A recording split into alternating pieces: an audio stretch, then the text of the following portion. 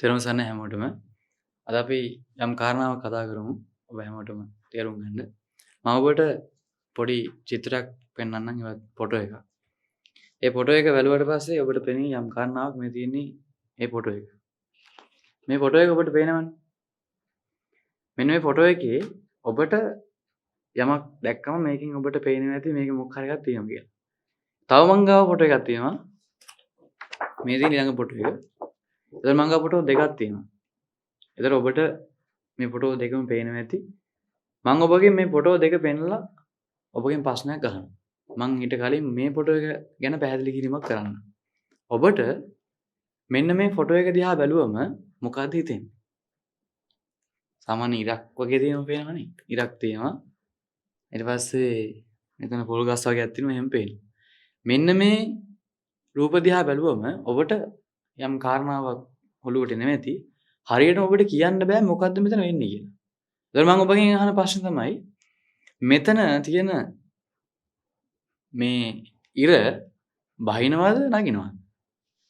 එයාත් ඉර බැස යනවද? ඉර නගිනවද? ඉර උදා වෙනවද නැත්නම් ඉර බහිනවද? ඔබට පුළුවන් ද මේක ගැන හරියටම කියන්න? එතකොට මම තව ෆොටෝ එකක් තියෙනවා. මේ තියෙන ඒ වගේම ඒ තවත් වෙනස් ෆොටෝ එකක්. මේක දිහා බැලුවම ඔබට පේන්නේ ඉර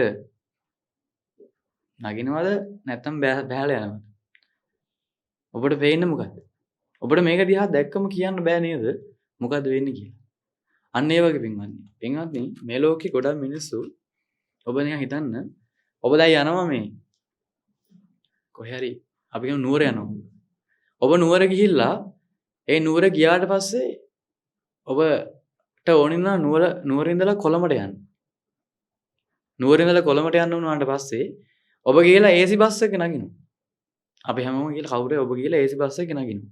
ඔබ ගිහලා AC බස් එක නැංගකට පස්සේ දැන් ඔන්න AC බස් එක නැගලා AC බස් එක යන්න තියෙන්නේ 8ට.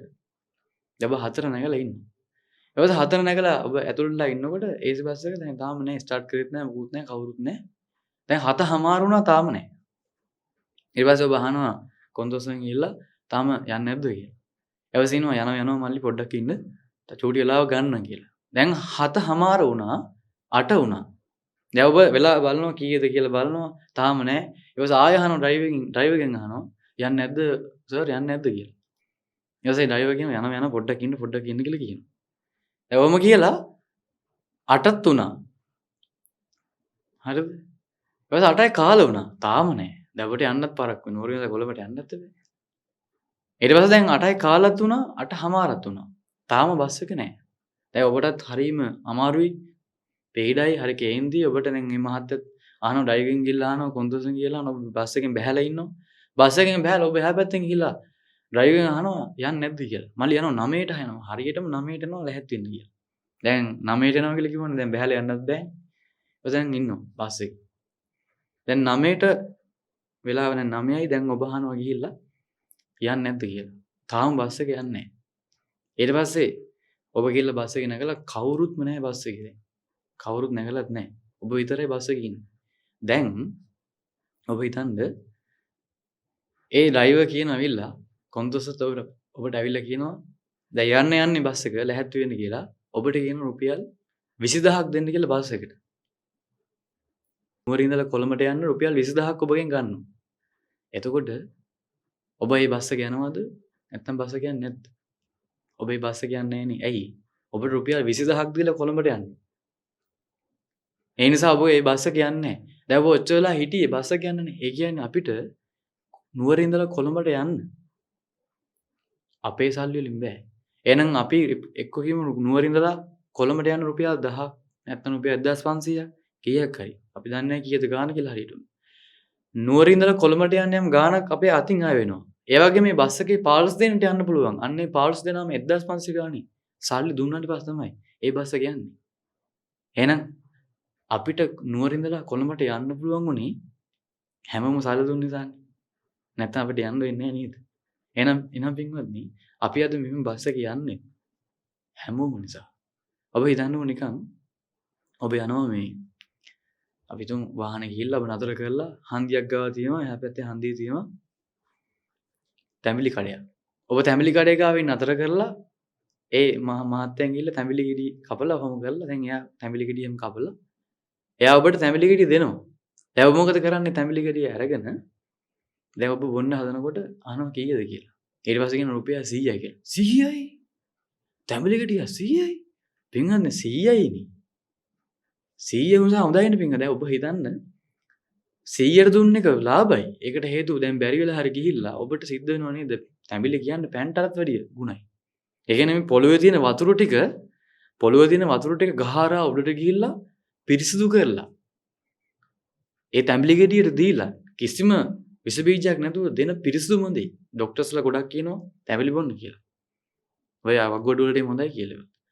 දැන් ඔබ හිතන්න ඔබට තැඹිලි ගෙඩිය බොන්න නම් ඔබට සිද්ධ වෙනව නේද? තැඹිලි ගහක් ගාවට ගිහිල්ලා තැඹිලි ගහ මුදුන නැගලා ඊට පස්සේ ඒ තැඹිලි වල්ල ගැට ගහලා ඉවරලා බිමට හිමීට බාලා ලැගිජ් එකේ තියාගෙන ගෙනල්ලා බොන්න ඕනේ නේද? හැබැයි අපිට තැඹිලි ගෙඩිය රුපියල් 100ට හරි හම්බුන එක නේද ලාභය? රුපියල් 100ට හරි මං කියන පින්වත් මේ මිනිස්සයා ඒක ගේනවනේ ගිහිල්ලා. හරනම් ඒක දෙන්න රුපියල් 500ට. ඒ තරම් වටිනවා මේ තැඹිලි ගෙඩිය. අද අපිට මේ හැමදේම හම්බෙලා තියෙන්නේ අපි නිසාමත් නෙවෙයි. අපි හැමෝම නිසා. මේ ලෝකේ ඉන්න හැම මිනිස්සෙකම නිසා තමයි අපිට අද මේ හැමදේම හම්බෙලා තියෙන්නේ. නැත්තම් අපිට අද මේ හම්බෙන්නේ නැහැ. ඔබ හිතන්නකෝ අපි යනවා හයිවේ එකට. හයිවේ එකට ගිහිල්ලා ඒ හයිවේ එකේ යම් ගාණක් අය කරනවනේ. ඒ ගාණ අය කරන එකම හොඳයි නේද පින්වත්? අපි හිතමු රුපියල් 500යි 1000යි 3000යි කියලා. මම කියන්නේ රුපියල් 3000ට නෙවෙයි රුපියල් 5000ක්වත් දෙන්න ඕනි ඒ හයිවේ එකට. ඒකට හේතුව අපිට මෙතන අපි නුවරින් ඉඳන් දාපු ගමන් කොළඹට ගියයි. වේගෙන් ගියයි. වේගෙන් යන්න පුළුවන් හැකියාව හදලා දුන්නා නේද? නැත්තම් අපිට සිද්ධ වෙනව නේද පින්වත්නි? තාර ටිකක් ගෙනල්ලා අර ලයිට් ටිකක් ගෙනල්ලා කණු ටිකක් ගෙනල්ලා ඒ රණවේ එකේ තියෙන අර ගල් රෝල් ටික ඔක්කොම ගෙනල්ලා තලාගෙන යන්න එපයි ගමන. ඒ ටික ඔක්කොම හදාගෙන යන්න වෙන්නේ අපිට. හැබැයි අද අපිට හදලා දීලා තියෙන නිසා යන්න පුළුවන් පින්වත්නි. අද ඔබ ඔතන මේක අහන්න නිසා තමයි අද අපිට මේක කියන්න පුළුවන්. මිසක් අපි මෙහෙම මේ කතා කරනව නෙවෙයි. අද ඔබ මේක අහන්න නිසා තමයි අද අපිට පිනක් කරගන්න අවස්ථාව හම්බුනේ. එහෙනම් ඔබ හැමෝම ඉන්න නිසා තමයි අද අපේ බඩ හරි පිරෙන්නේ. අද අපිට කුසගින්නක් නැතු මේ මග වඩා ගන්න මේ ගමන යන්න පුළුවන් උනේ. අද ඔබේ අම්මා තාත්තා වගේ අපි බලාගත්ත නිසා පින්වත්. එහෙනම් මේ අද මේ වෙනකම් මේ ගමන එන්න උදව්පකාර කරපු ගොඩක් කට්ටිය ඉන්නවා මේ වටේ. ඒ නිසා පින්වත් මේ ලෝකෙ වෙනස් කරන්න බෑ අපිට. අපිට පුළුවන් මෙන්න මේ වගේ දැන් මේ වගේ මේක වෙනස් කරන්න. හරියට නිකන් මේකේ අපිට පුළුවන් මේක දකින්න. ඊර බැස යනවා කියලා කියන්න පුළුවන්. ඊර උදා වෙනවා කියලා කියන්න පුළුවන්. මේක වෙනස් කරන්න බෑ. දකින්න විදිහ වෙනස් කරපු ගමන් මේ ඔක්කොම වෙනස් වෙනවා. මේ ලෝකේ කිසිම දෙයක් වෙනස් කරන්න බෑ. මේ රූප දෙකම දෙකක්. මේ රූප දෙකම දෙකක්. එකක් උදා වෙනවා එකක් බහිනවා. දැන් ඔබ හරියටම කියන්න උදා වීම බැස යාම කෝකද තියෙන්නේ? කොයි ෆොටෝ එකද උදා වීම බැස යාම කියන එක තියෙන්නේ? ඔබට ඒක කියන්න බෑ. ඒකට හේතුව ඒක බලන විදියට තමයි පේන්නේ. මෙතන වෙනසක් කළා නෑ. ඔබට හිතන්න පුළුවන් මේ ඉර උදා වෙනවා කියලා. ඔබට පුළුවන් හිතන්න ඉර බැස යනවා කියලා. එහෙනම් මේකේ එහෙම එකක් නෑ. මේකේ එහෙම එකක් නැති වුණාට ඔබට පුළුවන් ඒක දකින්න. එහෙනම් දකින්න පුළුවන් උනේ කොහෙන්ද? දකින්න පුළුවන් උනේ ඔබේ ඇහෙන්. එහෙනම් මේ ලෝකේ වෙනස් කරන්න මොකද කරන්නේ? දකින්න විදිහ වෙනස් කරුවා මේ ඔක්කොම වෙනස් වෙනවා. මේ ලෝක වෙනස් කරන්න බෑ. දකින්න කෝණේ අන්නේ ඒක වෙනස් කරපුවා මේ මුළු ලෝකෙම වෙනස් වෙලා. අපි හැමෝම වෙනස් වෙනවා. අපේ ගුරුහාමුදුරුවෝ අපිට කියලා දුන්නේ මේ ලෝක වෙනස් කරන්න කියලා නෙවෙයි. ඔබ වහන්සේ වෙනස් වෙන්න. දකින්න විදිහ වෙනස් වෙන්න. දකින්න විදිහ වෙනස් කරද්දී මුළු ලෝකෙම වෙනස් වෙනවා. අද අපි මෙහෙම ඉන්නෙත් ඒකයි. අද අපිට මෙහෙම ඉන්න පුළුවන් වෙලා තියෙන්නේ. දකින්න විදිහ වෙනස් වෙන නිසා. අද මේ වැඩසටහන් ටික මේ ඔබට මේ කැමරා අටවල මේව කරලා ඔක්කොම සූදානම් කරන්නේ. මේ පිටිපස්සේ බොහෝ පිරිසක් ඉන්නවා. ඒ පිරිස මේ දකින්න විදිහ වෙනස් කරලා මේ ලෝක සත්‍යයට මේක දෙන්න ඕනේ කියන අදහස තිබුණ නිසා තමයි අද අපි හැමෝටම මේ විදිහට මේ කතා කරලා මේක මේ වගේ ෆොටෝ ගෙනල්ලා මෙහෙම කරලා මෙහෙම කරන්න අවස්ථාව හම්බුනේ. මේකේ මේ කතාවේ පිටිපස්සේ ගොඩක් කට්ටිය ඉන්නේ. ඒකට කියනවා behind the scene කියලා. එහෙනම් behind the scene එකේ පිටිපස්සේ ගොඩාක් ලොකු පිරිසක්. අපි හැමෝටම මේ ගමන එන්න මෙතෙන් දෙන්න උදව් කරලා තියෙන පින්වත්. ඒ නිසා අපි අමතක කරන්න හොඳ නැහැ. අපි පරණ අතීතේ. අපි හැමෝටම අතීතයක් තියෙනවා. ඒ අතීතය නිසා තමයි අපි අනාගතේ ලස්සන වෙන්නේ. එහෙනම් දකින විදිය වෙනස් කරගුවා මේ ලෝකෙ වෙනස් වෙලා. අපි හැමෝත් වෙනස් වෙනවා. එච්චරයි කියන්න තියෙන්නේ පින්වත්. සියලු දෙනාටම තෙරුවන් සරණයි.